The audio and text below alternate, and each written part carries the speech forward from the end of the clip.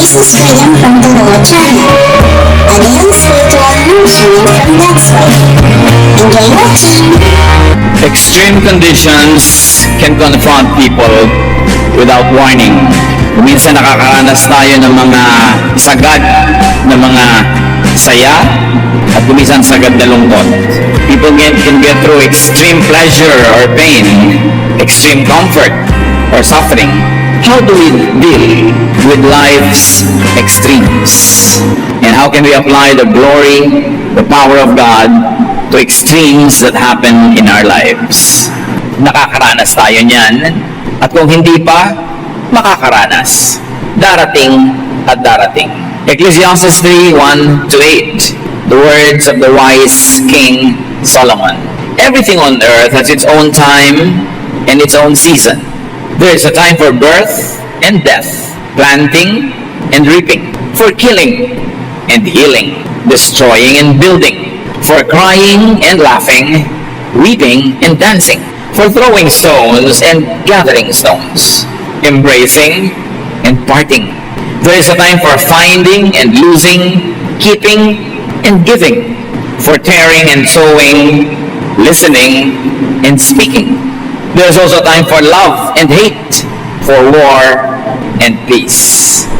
Coming from the pen of the wisest man that ever walked the face of the planet, there is so much lesson from Solomon's teaching about time. That life is made up of extremes and everything else in between. Hindi naman tayo laging nasa extreme, may gitna. Madalas nasa gitna, nasa pagitan ng mga extremes. At any given time, you are at some point between extremes or in extreme points themselves.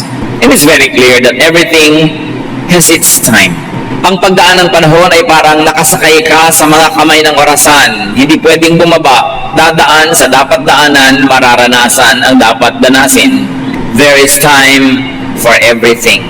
Ecclesiastes 3:9-11. What do we gain by all our hard work? I have seen what difficult things God demands of us. God makes everything happen at the right time. Yet none of us can ever fully understand all He has done. And He puts questions in our minds about the past and the future. It takes a lot of reflection to be able to arrive at these observations. Kailangan mahaba na ang naging buhay mo. Hindi ka masyadong bata pa. Kailangan marami ka na rin buhay na nakita, napanood, sinuri, para masabi mo na wala namang katuturan ang maraming ginagawa ng tao, pero hindi mo naman maiwasang hindi gawin. Mahirap daw ang itinalagang buhay sa atin ng Diyos. May mga ginagawa siya sa tamang oras sa kanyang itinakda, pero hindi naman natin lagi naiintindihan lahat. At binibigyan niya tayo ng mga tanong na hindi masagot-sagot, mga tanong tungkol sa nakaraan at sa panahong darating pa. And Solomon says that all that happens is designed, managed, allowed by God. Lahat. Pag sinabi mo, even yung sakit ko, even yung nangyari sa aming difficulty, even yung tinatawag na sakuna, the Bible tells us that not a sparrow falls from the sky without God's permission. That even the number of our hairs are counted by God. Alam niya. Nothing can happen without God's consent. Pag sinabing consent, anong kahulugan? It is usually by normal design. It's not usually personal or specific or isolated. Meaning, lumubog sa baha ang bahay nyo kasi nasa baha area kayo. Nasa mababang lugar. Matagal na nakadesenyo na yung mababang lugar pupuntahan ng tubig. Hindi sinadya ng Diyos isang araw na isipin niyang lunurin ka o ilubog ang bahay mo o masira ang mga ari-arian mo. Kasi may bahay ka sa mababang lugar. Bumulan ng malakas, bumaha. Matagal na yung law of gravity. Matagal na yung law of water cycles. Matagal na yung law of the power of water. So, nagkataon na lumagay ka sa isang lugar na bahain. Hindi nakabuti sa'yo. Pero kung katulad ka ng Egypt noong unang panahon na yumayaman yung kanyang mga bukid dahil sa taon-taong pagbaha, nakakabuti sa'yo ang baha. Dahil dinadala ng baha yung mayayamang lupa at na-fertilize yung mga bukid ng Egypt. Lumindol, gumuho ang bahay mo, kasi konkreto. Matagal nang dinetermine ng batas ng kalikasan, ang konkreto ay maaaring gumuho. Dahil pinagpapatong-patong lang yan at dinidikit-dikit ng semento. Kung ang bahay mo ba naman ay kubo, hindi pwedeng gumuho yun kahit anong lindol. Pero yung kasi ang bahay mo nung oras ng lindol, nangyari sa'yo. Nagkaroon ka ng sakit sa baga, kasi naman nandun ka sa lugar na may mga hahawa sa'yo, sa oras na nakakahawa siya at natanggap mo yon, meron ka niyan. Ang ibig natin sabihin mga kapatid, na normal design at hindi personal and specific, hindi nag-iisip ang Diyos kada minuto kung sinong bibigyan ng sakit, sinong papagalingin, sinong masusunog, sinong hindi masusunog, sinong malulugi, sinong tutubo sa negosyo. Kasi marami ng batas ang kalikasan, marami ng batas ang pakikipagtalastasan ng tao sa mga halaman, sa mga hayop, sa laws of gravity and laws of nature. Kaya nangyayari ang mga nangyayari. At sabi sa verse 9 ni Solomon, what do we gain by all our hard work? Hard work at what? No one gains anything, especially by working hard in trying to defy this arrangement. In trying to defy what happened, what will happen, or what is happening. Marami daw nasayang na oras, lakas, panahon, kung wala tayong gagawin kundi makipagtunggali, lumaban sa hindi naman pwedeng labanan. Pipilitin nating palitan yung nangyari na, o naapi ka na nung bata ka. Hindi na pwedeng palitan. Hindi mo na mapapalitan. Pero pwede mong palitan yung attitude mo ngayon. Nalugi na kayo, naubos na yung pera mo, kahit magbangayan kayo mag-asawa, magsisihan, nalugi na kayo, hindi nyo na mapapalitan yun, tapos na. Yung iba naman, nag-aalala ko anong darating pa. Parang hindi pa sapat yung mga problema ngayong araw na to, iniisip pa yung mga hindi pa nga dumarating. Samantalang hindi mo naman alam kung paano darating, o kung darating nga ba. At kung dumating, anong korte, anong weight, anong shape, anong color, hindi mo naman alam. Kasi sayang na mga oras sa pakikipagtunggali. Hindi ka pwede makipagtunggali sa kahapon kasi tapos na yon. Hindi ka pwede makipagyera sa darating pa dahil wala pa siya. At ang pwede mo pa lamang nasalihan yung ngayon. At ganun pa man, maraming hindi ka rin pwedeng ibahin. Pwedeng maiba yung correct participation when you have the correct preparation and approach and method and tools. But all that don't guarantee that you could change the course of what's happening. So ang sinasabi ni Solomon, you want to be happy, you want to be comfortable, don't work hard to go against times, trends, natural results of events, momentum. Pag meron talaga isang sumisikat, papayaman, hindi mo talaga makontra. So huwag ka na makontra. Kumbaga, sa layag ng kanyang bangka, doon umiihip ang hangin. So siya ang nakakarating kung saan-saan. The trade winds are blowing her direction. What's the point in trying to fight that? Yung mga trend, yung mga sobrang sentimental, laging nakatali sa kahapon, walang gustong gawin kundi i-revive yung tapos na. May iba ng trend eh. Nakakapagod create ng artificial situation just to be able to bring back what is gone. Even trends in clothes and fashion, trends in music, trends in architecture, trends in many kinds of traditions. What is gone is gone. And those who are overly romantic will have quixotic dreams of trying to revive what is dead. Papapagod lang sila lagi. So yung mga sentimental, lagi malungkot, laging pagod, laging pinipilit pa usuhin yung hindi na uso. Of course, there are some things that you have to keep reviving because they give you anchor, because they give you direction. But there are things that you really have to let go kasi tapos na. Tama na yung the good old days, the good old days, the good old days. Tapos na yun. You will only feel miserable when you continue to long for what isn't there. So don't work hard to insist on avoiding what is unavoidable. Katulad halimbawa ng pagtanda. Siyempre tatanda ka. Katulad ng kamatayan. Siyempre naman mamamatay ka. Gusto mo ba namang 2,000 years old ka na? Biodata mo, 2,000 years old. Ano ka? Pyramid? Do not insist on having what cannot be had. Yung pag-ibig, gustong-gusto mo siya, para ayaw sa'yo eh. Kaya lubayan mo siya. Tanggapin mo kung anong meron ka. Make do with what is there and available. Don't look before and after and pine for what is not. Sabi nga ni Percy Bysshe Shelley, hindi lagi ang hinahanap ay wala. Pagka nasa malamig na country, ang lamig naman, gusto mainit. Pag nasa mainit na country, ang init naman, gusto malamig. Hindi ka nasasaya kahit kailan. Pag hindi ka marunong sumakay, dun sa kung ano yung nandun. Naku, kung mayaman lang tayo, hindi ka nga mayaman, kaya tigilan mo. Pag yaman mo na, tsaka mo isipin yung mga iniisip mo. Ang asikasuhin mo ngayon, yung karalitaan mo. Baka mapagod sa'yo, layasan ka, yumaman ka. Don't insist on stopping what is unstoppable. Kumisan may mga tao na unstoppable sa karir nila, haharangan mo, masasagasaan ka lang. Even Chinese military people say, do not resist momentum. You will only suffer. Don't insist on doing what is undoable at the time. Ano yung mga undoable at the time? Don't insist on fighting what cannot be fought. Being born and dying. Tulad ng nabasa na natin. Yung ipapanganak, hayaan mong ipanganak. Kaya tao yon, kaya pusa, kaya ideya. Huwag mo nang pigilin, ipapanganak talaga yon. Even ideas. At yung mamamatay na, payagan mo namang mamatay. Kasi, nakashare na siya sa buhay. Kaya yung mamamatay na yon ay halaman, matanda na o pet, o isang pangarap, isang tradisyon, isang uso, panahon. At kumisan masakit man kahit tao. Kung talagang nakatakda na, luwagan mo ang kalooban mo at pakawalan. Yung mga hindi dapat labanan yung panahon ng planting and harvesting. Para madalian ka sa buhay, magtanim ka kung planting season. Kakampi mo yung nature, kakampi mo yung ulan, kakampi mo lahat. At panahon ng harvest, mag-harvest ka, huwag later. Alam nyo ang mga farmers, they harvest at the right time, lalo palay. Kasi pag hindi ka nag-harvest ngayon, nag-harvest na yung mga katabi mo, lahat ng daga ng bukid lilipat sa field mo kasi sa'yo na lang may natira. Ubus ng daga ang iyong harvest. Kaya pag may nag-harvest, sabay-sabay. Kasi harvest time. Pag may nag-plant, sabay-sabay. Kasi doon tama yung panahon, tama yung klima. May panahon. Ikakasal ka, gusto mo garden wedding, huwag June o July or even August kasi tag-ulan. Pag may magpapakasal, pilit June, tapos garden wedding, kawin, pastor, ipag-pray niyo kung huwag umulan, hindi ko ipinag-pray. Kasi tag-ulan yun ang gusto ng Diyos, mag-uulan, ba't lalabanan mo yung Diyos? Tapos lalo na kung bukas na yung kasal, umuulan pa rin. Tapos mamayang gabi na yung kasal, tanghali na, umuulan pa rin, pagod na pagod lahat kada dasal. Nag-schedule ka ng June, pasensya ka. Ba't mo nilalabanan yung hindi mo dapat labanan?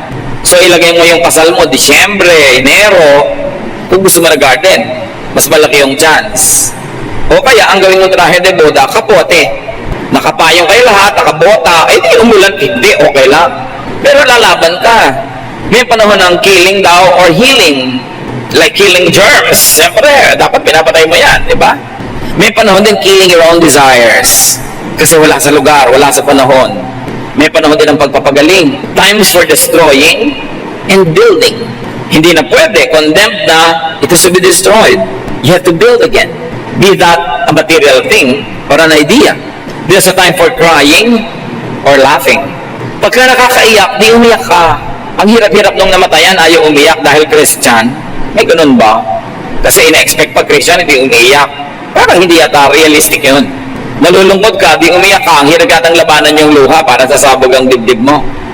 At nasubukan nyo bang magpigil ng tawa dahil wala kayong kasama? Pero ang daming tao, tapos natatawa kayo.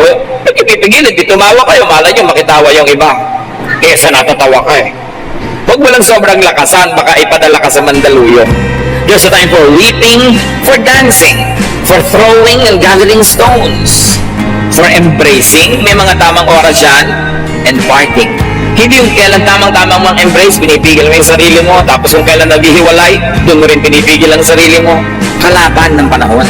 There's a time for finding what is lost, and there's a time for consigning it to permanent loss. Wala na talaga. Where is the feeling? Wala na eh. Huwag lalabanan yung oras for keeping what must be given away or what must be given up. Kung nangangarap ka, may panahon para tumigil na.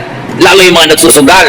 Ay, next time mananalo na ako. Next time mananalo na ako, kaya lumubog ng lumubog. Pagka nakakahalata ka na may trend na natatalo ka in anything, tama na.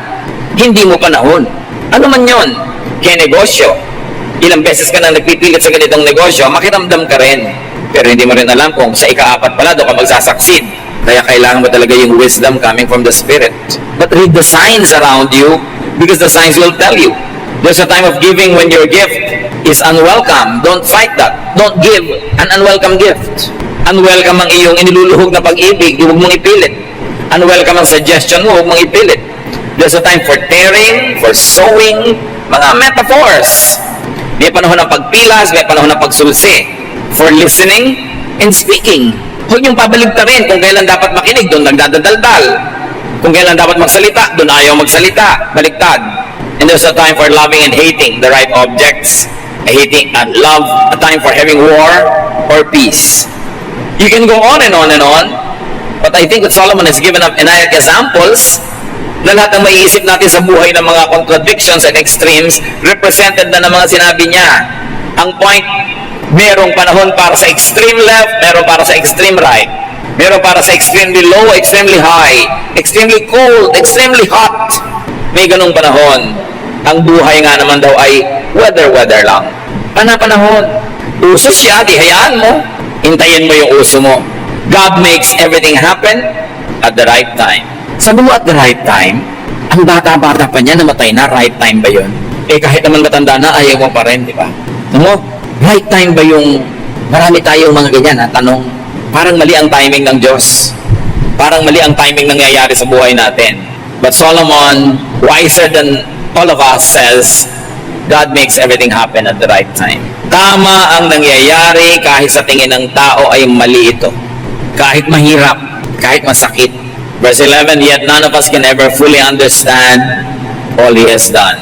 Ganun na lang ang tanggapin natin, that humans cannot fully comprehend, will not always agree with God's deeds and timing, but it does not make God wrong. We're just limited, and we cannot understand. Isaiah 55:8, the Lord says, my thoughts and my ways are not like yours. Iba ako mag-isip kaysa sa inyo, iba ang pamamaraan ko sa pamamaraan nyo. So ang tao na mapapawasan ang hirap, madadagdagan ang luwag sa buhay, yung taong ride lang sa panahon. Panahon na malungkot ang pamilya natin, o di malungkot tayo, huwag nating piliting mag-OA at magkunwaring masaya. Panahon ng kasiyahan, di magsaya tayo. Panahon ng hirap, magtipid. Panahon ng luwag, di mamuhay ng magtamasa ng sarap sa buhay at mag-share sa iba. Panahon na may pagkakamali, magdusa, ituwid ang sarili. Panahon na nagtanim ka ng tama, di aani ka ng tama. Even when it comes to extremes in knowledge, faith, and belief, ng sarili mo o ng ibang tao, ride lang. Iba-iba kasing panahon eh. Kung minsan yung kapatid mo, extremely religious. Hayaan mo lang siya. Huwag mo kontrahin. Huhupa din yan.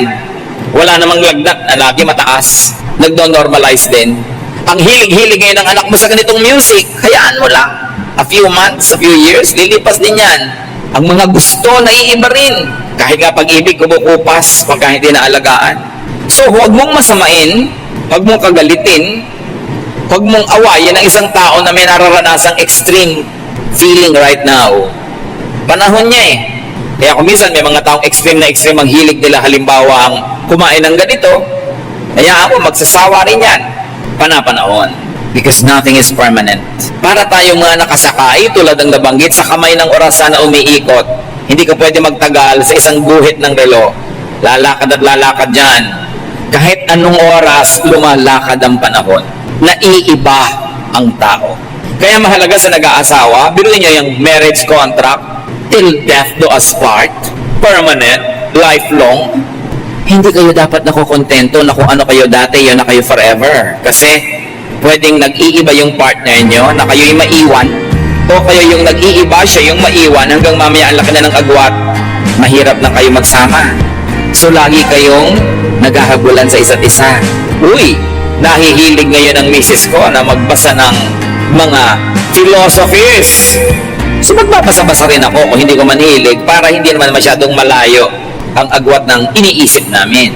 Uy, ang husband ko nahihilig sa sports. Di maghihilig din ako. Kung hindi man ako yung maglaro, manood man lang ako at pumalakpak sa kanya. Kaya maraming mag-asawa, nagkakalayo ang loob, nakakalimutan nila na yung pinakasalan mo 5 years ago is not the same person anymore. Na yung pinakasalan mo today will not be the same person 20 years from now, because change is always happening. And when you don't change together with the person that you love, together with your partner, you will wake up one day realizing that there is now an unbridgeable chasm between the two of you. Na may agwat na hindi na matawid-tawid. Magkasama na lang yung katawan nyo sa iisang bubong, pero magkalayo na ang inyong isip, at dahil doon, magkalayo na ang inyong puso. May pananagutan ng pag-aasawa. You keep abreast with your partner. Kung ang bilis mo, medyo magbagal ka, hintayin mo siya. Ang bagal mo, magbilis-bilis ka para magsabay kayo, hindi man eksakto, pero hindi malayo. Napapalitan. Tulad ng masyadong mga hot na hot sa pagiging Christian nila, ng mga bagong Christians. Talagang gusto makipagdebate sa lahat ng debate, gusto talaga iligtas ang lahat ng tao sa planeta. Panahon. And then humuhupa-hupa rin, nagno-normalize. Kung nangyayari sa kapwa nyo, lalo sa mahal nyo sa buhay na nasa extreme ngayon, sakyan nyo lang. Huwag niyong banggain kasi may momentum, may energy. Mapapagod kayo pareho, baka ang maging ending pa, magkasira kayo. Basta hindi masama yung extreme niya, hindi yun magtatagal. Minsan habang pinipigil mo pa, lalo pang manggigigil yan. So pagbibigyan yung isa't isa, naiiba-iba ang hilig. Naiiba-iba dahil naglalayag ang kaalaman, ang awareness from point A to point B. Pagdating sa point B, lilipat naman yun sa point C. Walang katapusang lipat yan. And it's exciting. It makes people more interesting. You don't meet a cousin for 2 or 3 years and afterwards na-realize mo, wow, may naitayo pala siyang monumento. May kinard pala siya na sculpture. May nilikha pala siyang awit o kanta. May naimbento siyang recipe. May naiba. It makes life very interesting. Hindi walang dapat asahan na, nagbago na siya. Hindi na siya ma-reach. Natural dapat siya magbago. Kung sobra ka na pag-iwanan, ayaw mo magbago yung mga tao para hindi makitang ibang-iba sila kaysa sa'yo. Kaya dapat ini-improve mo rin yung sarili mo. Kung hindi mo na ma-reach yung tao dahil umasenso, problema mo yun, hindi mo na pa-asenso yung sarili mo. Kasi kung umasenso ka rin, di magkaka-reach saan pa rin kayo. Hindi mo ma-reach dahil mataas ang narating niya, ikaw wala narating. Tapos mamasamain mo, nag-iba na siya. Hindi na ma-reach, kailangan pa may appointment.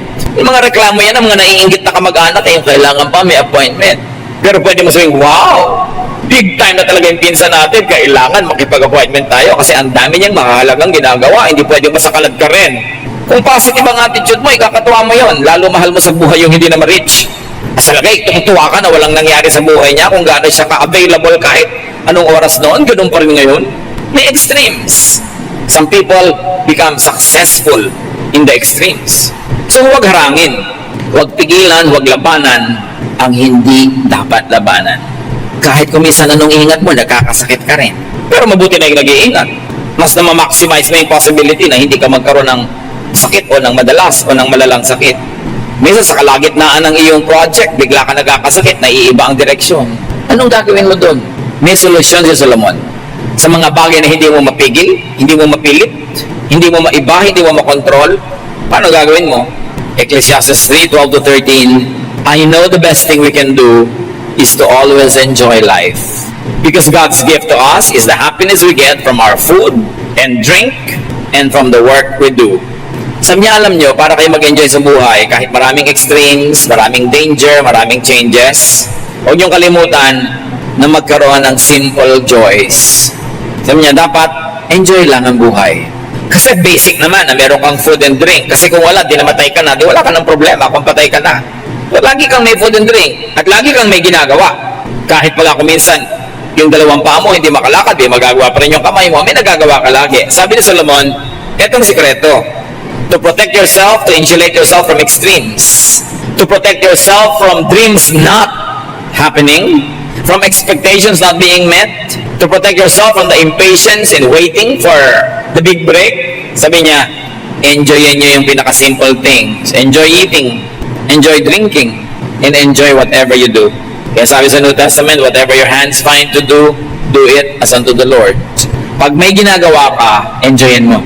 Ano man yun. Kahit nag-aabot ka ng ticket sa toll gate, kahit merong nawawala ng preno ang laki-laking truck na patungo sa'yo, sabi mo, Diyos ko, alam kong ipoprotect niyo ako. Kaya na maraming harang-harang doon dahil lagi silang pinupuntahan ng truck, di ba? Tapos abot ka ng abot, humahaba na yung kanan mong kamay. Diyos ko, pwede ko nang abutin ng prutas sa aming bakuran.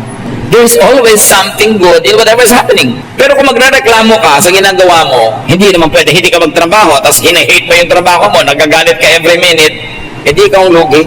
Meron akong kilala, nagtrabaho sa Middle East, inip na inip, especially nung first 2 weeks. Yan ang pinakamahirap, first 2 weeks. Eh, nasa opisina siya, wala naman masyadong ginagawa, mabuti sana kung busy. Alam niyo ang ginawa niyang libangan? Pinapanood niya yung relo. Kinumpute niya kung magkano niyang sweldo a month. At nai-assign niya kung magkano kita niya per minute. Pagpalagay mo, $1 per minute. Tuwing nakaka 1 minute niya, $1. Nakaka $2. Napalipas siya maghapon ng kagawin. Uy, dami pera ko.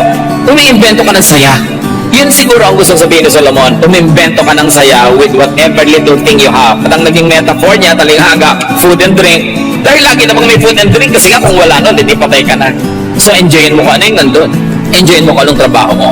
Make the most of what time gives and what time allows. May sakit ka, kailangan mo magpagaling ng isang buwan sa ospital o sa kama. Magrereklamo ka, di lumungkot ka lalo. Pwede ka mag-isip ngayon ng ano ba may enjoy ko habang nakahiga rito? Anong pwede kong gawing aliwan? Anong pwede kong gawing project? Alam ko na. Ipagpe-pray ko lahat ng naging classmate ko mula nung kindergarten. Iisa-isahin ko mga pangalan nila. O di siguro bago mo maubos yun, galing ka na. Ipagpe-pray mo pa lahat ng kamag-anak mo. That's the least you can do. Be still and pray. And even that is worship.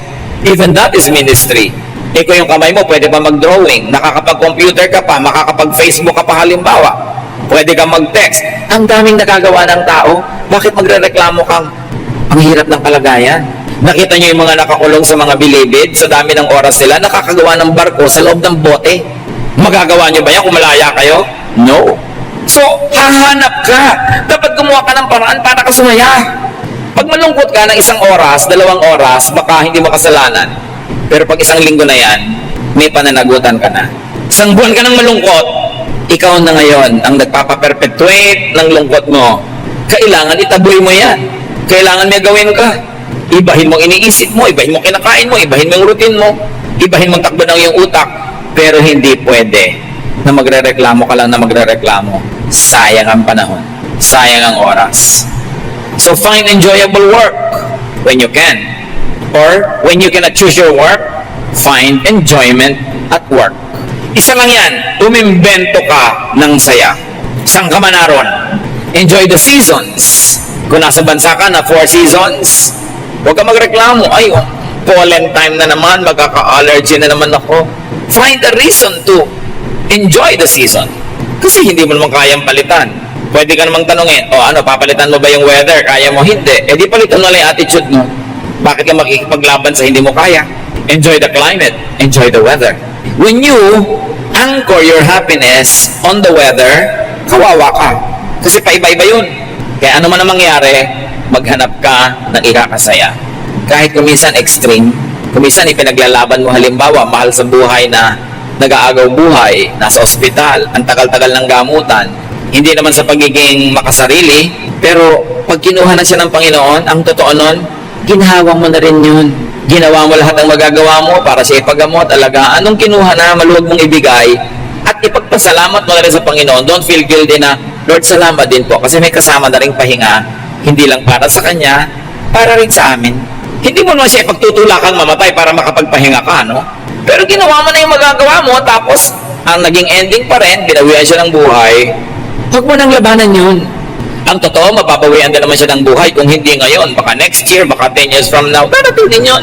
Kung dumating na, ano bang mapapalamon na labanan yun?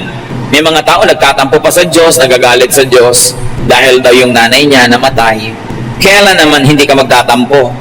Pag 150 years old na yung nanay mo, hindi ka na siguro magtatampo. Pero gusto ba niya yun? Kaya ba niya yun? So, ang sinasabi ng Ecclesiastes 3:14, everything God has done will last forever. Nothing He does can ever be changed.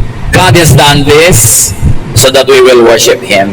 Yung palang mga hindi natin maunawa, hindi natin makontrol, hindi natin makaya, ang dapat ending, worship.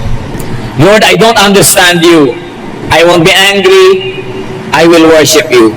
It gives me more reason to worship You because You're really above me. I cannot understand You. I cannot change what You want. I cannot undo what You have done. So what will I do? I will worship You. I will submit to Your power and majesty instead of fight You, because nothing will happen if I ever try. God acts, we react. Up to a point, we act, and God can react. But most of the time, really, we react. Because whatever action God would like to do, He has already set before we were born. It is pointless to contend with God. Huwag ka na magalit sa Diyos, sa anatomy mo, kung paano kay sinilang, sa naging mga karanasan mo. Isaiah 45:9-15, the Lord said, Israel, you have no right to argue with your Creator. You are merely a clay pot shaped by a potter. The clay doesn't ask, why did you make me this way? Where are the handles? Children don't have the right to demand of their parents. What have you done to make us what we are? Yan mga tanong. Sabi niya, alam nyo, ako lumikha, kayo nilikha, huwag kayo magreklamo. Marami kong inihandang kasiyahan para sa inyo dahil mahal ko kayo, hindi ko kayo nilikha para pahirapan. Kung nahihirapan kayo at hindi nyo naiintindihan ang ganda nun at beauty nun, tanggapin nyo na lang. At patuloy kayong sumamba, yun ang nalalabing pwede nyong gawin. Worship na lang, imbes magreklamo. Tanggapin ang dapat tanggapin. Ecclesiastes 3:15, everything that happens has happened before, and all that will be as has already been. God does everything over and over again. Diba lahat cycles? Water cycle, ulit-ulit lang yung tubig, pabalik-balik. Yung kinain mong papaya, naging bahagi ng katawan mo, tapos naagnas ka later, naging lupa uli, sinipsip uli ng bayabas naman, naging bayabas siya. Pabalik-balik ang lahat. Everything is cyclical.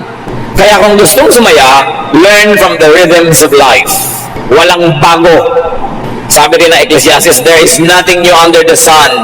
What is now has been and will be again. There is nothing new. So makibagay ka na lang sa panahon. Kung tag-ulan, huwag ka magreklamo, matatapos din yan. Kung tag-init, matatapos din yan. Makiuso na lang, basta hindi sa masama. Huwag laging labanan kung ano yung uso.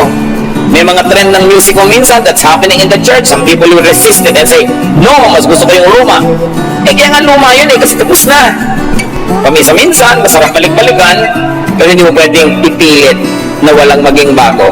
Kasi kahit yung luma ngayon, once upon a time, bago din yun. Binigyan lang siya ng chance. Even classical music, what is classical now was pop before. Siyempre, it takes time before you become a classic. Naging classic yan kasi napagbigyan nung pop pa siya. So yung mga pop ngayon, magiging classic din yan. 50 years from now, 100, give it a chance.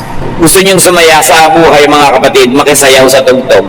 Alam mo, ang bilis ng tugtog, ang bagal ng kilos mo. Parang nakakapagod yun. So sabi nga nila, ride lang. Pag nasa extreme ka, parang pendulum. Alam niyo yung pendulum, di ba? Gumagalaw-galaw na ganyan yon. Kahit yung pendulum ng relo. Wala namang nasa pendulum na dulo-dulo ang tagal-tagal nandun ha. Sandali lang yun dun, babagsak uli yun. Pag may pendulum uli, babagsak uli. Ganon din yung saya, lungkot. Ganon yung pangungulila at pagiging amused and entertained. Ganun yung pagiging mahirap, pagiging mayaman, malusog, may sakit ka. Pabalik-balik lang lahat ng buhay. So kung nasan ka, huwag kang magreklamo. Humanap ka na ikasasaya dun kung nasan ka ngayon. Sa susunod na estasyon mo sa buhay, doon ka uli humanap, doon ka uli humanap. And before you know it, humarap ka na sa Diyos. Natapos ay hiniram nating buhay na ito, naging makaduturan, naging enjoyable. Nagpa-enjoy ka ng kapwa, nag-enjoy ka rin, nagawa mo ang mission mo, hindi yung inubos mo ang lakas mo para reklamo, kalalaban sa mga hindi mo naman kayang panalunan. Just survive extreme times. Kaya pag may nagtatanong sa akin, sa Facebook man, napaka-extreme po ng nararanasan ko ngayon na lungkot. Nandito ako sa Saudi Arabia, etc. etc. What will I do? And I always say, just survive it. Haluin mo, libangin mo ang sarili mo, lilipas din yan. Gusto ko na po umuwi sa Pilipinas, 2 buwan lang yan. Pagkatapos makaka-adjust ka na. Lampasan mo lang. Iniwan po ako ng boyfriend ko, parang mabibiyak ang ulo ko. Hindi mabibiyak yan, matibay yan. Para pong pinupunit ang puso ko, OA mo, hindi ang papel. Lilipas din yan. At pag natauhan ka na, magpapasalamat ka pa nga. Ipagdiriwang mo yung araw na ito na iniwan ka niya, pag natauhan ka na. Namimiss mo lang naman dahil in love ka pa. Pag nawala na yung love mo na yan, maglang makikita mo lahat yung mga kapintasan niya, magpapasalamat ka pa. Yung mga ililibig ang asawa, isama mo na ako, isama mo na ako. Sige, sama ka. Hindi naman tatalod sa hukay. Sabi mo, huwag kang mag-inarte. Gagraduate ka rin dyan. Wala pang 6 na buwan, may boyfriend na. Byuda. People recover. We are fearfully and wonderfully made. God wired us to survive. Huwag kayong magpapatalo. Hirap na po ako sa pag-aaral ko dahil nag-working student ako, wala akong ibili ng gamit. Huwag kang bumigay, ituloy mo lang yan, matatapos din yan. Walang hirap na permanent. Hirap na hirap ako sa kalagayan ko. Lahat ng nakita ko na naging matagumpay, dumaan sa sobrang hirap at lumampas. Ano ang paghihirap nyo ngayon? Huwag lang kayong bumigay. Huwag kayong tatalon sa tulay. Huwag kayong maglalaslas ng pulso. Huwag kayong iinom ng insecticide. Sayang ang insecticide. Maraming lamok ngayon. pang kanila yan. Huwag kayong kakain ng fertilizer dahil hindi naman kayo palay. Survive. Kahit ang survival niyo mga kapatid, isang oras lang. Malungkot na lungkot ako, parang hindi ko na kaya. Mag-survive ka lang ng 1 hour. After 1 hour, ang dami nang nagbago sa katawan mo. Yung kinain mo kanina, natunaw na. Diba? Yung blood pressure mo, maiiba. Heartbeat mo, maiiba. At yung dilim ng gabi, nagbubukang liwayway na, nag-uumaga na, maiibang mood mo. Napapansin nyo ba na napaka-sentimental nyo between 2 a.m. to 4 a.m.? So itulog nyo. Pag di kayo makatulog, libangin nyo sarili nyo dahil pag 5:30 na, wala na yung lungkot. Promise. Just survive the night. Whatever it takes. Just don't sell your soul to entertain yourself. Just survive. I hope wala sa atin ngayon dumarating sa napaka-extreme na parang bibigay na kayo, di nyo na kaya. Lalampas din yan. Lagi nyo sabihin sa sarili nyo, this too will pass. Because nothing is permanent. And God is with me all the time. Pinayagan niya ng Diyos, nangyayari yan. Alam niya ang nangyayari. When you cannot sleep, as we always say, instead of counting sheep, talk to the shepherd. Fill your heart with songs of gladness instead of sadness. Lift yourself up from a dark place, go to a lighted place. Literally, pag dumadami yung ilaw, sumasaya ka dyan. May nadidinig kang tunog, mga boses, nakakapagpasaya yan, palitan mo ang situation mo. Basta huwag kang bibigay. Kasi may bukas. Hindi mo alam, yun na pala, nandun na yung premyo mo, nandun na yung pinaghirapan mo, kaya hindi panahon para bumigay. At kung merong napakalakas sa kapangyarihan, sumama sa agos. May boss ka, ayaw na ayaw mo sa kanya, siya ang may-ari ng kumpanya, ano ka, sira. Turuan mo sarili mo na magustuhan mo siya para hindi ka inis sa inis. Hindi ka naman magre-resign. Hindi may may-ari ng kumpanya. Anong mapapalabong lagi mong inisin ang sarili mo laban sa kanya? Yung mga naiinis sa mga biyanan? Aba, pinaparusahan niyo sarili niyo. Pwede ba kayo magpalit ng biyanan? Pwede ba kayo magpalit ng manugang?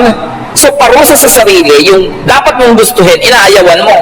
Yun ang sinasabi ni Solomon, be happy with what you drink or what you eat, with the basic things. You cannot always create your life, but you have a way and you have a say in shaping of your daily life. Sabihin nyo, savor the moment.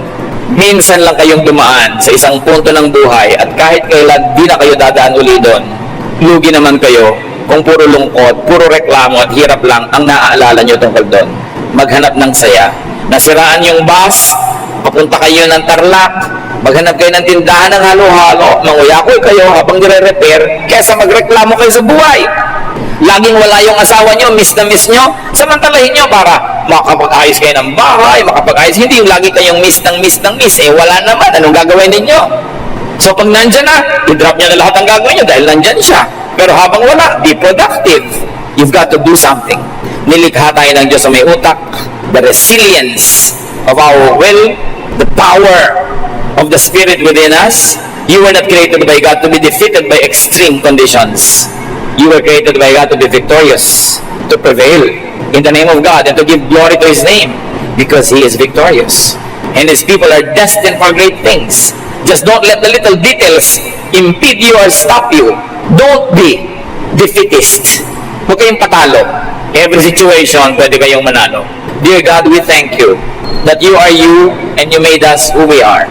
Dalangin namin kung may mga kapatid kami, Panginoon, ngayon na nahihirapan. Hindi naman sa mamaliitin ang paghihirap nila, pero ipakita mong mas marami pa naghihirap at nag-survive. At marami nang dumaan sa dinaanan nila at nakalampas. Hindi dahilan para maging casualty kami. Turuan mo kami, Lord, to have a winner's attitude. Na hindi kami mga api at kawawa, kundi kami mga victorious people. And you have given us the willpower, the spirit, the tools to prevail. Tulutan mo kami, Panginoon, na makarealize na ang buhay ay regalo. That life is a gift. It's not to be complained about, but it is to be enjoyed, to be shared, to be cherished. At sa mga taong gusto nang bumigay sa buhay, may mga nagpapakamatay pa, ituro mo sa amin, Lord, that we have a lot of time to be dead. So while we are alive, we should savor every minute of it. Teach us. And teach us also, Lord, to be sensitive to people who are suffering, people who go through extremes.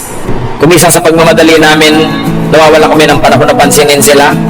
Make us sensitive so we can minister to those who are suffering and those who are weakened by their experiences.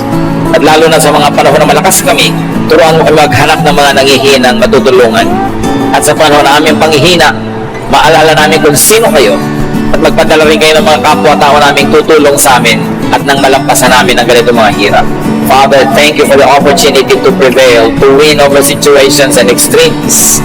At sa times of extreme comfort, extreme wealth, extreme happiness, make us sensitive to the needy so we can share with them what you give us in excess.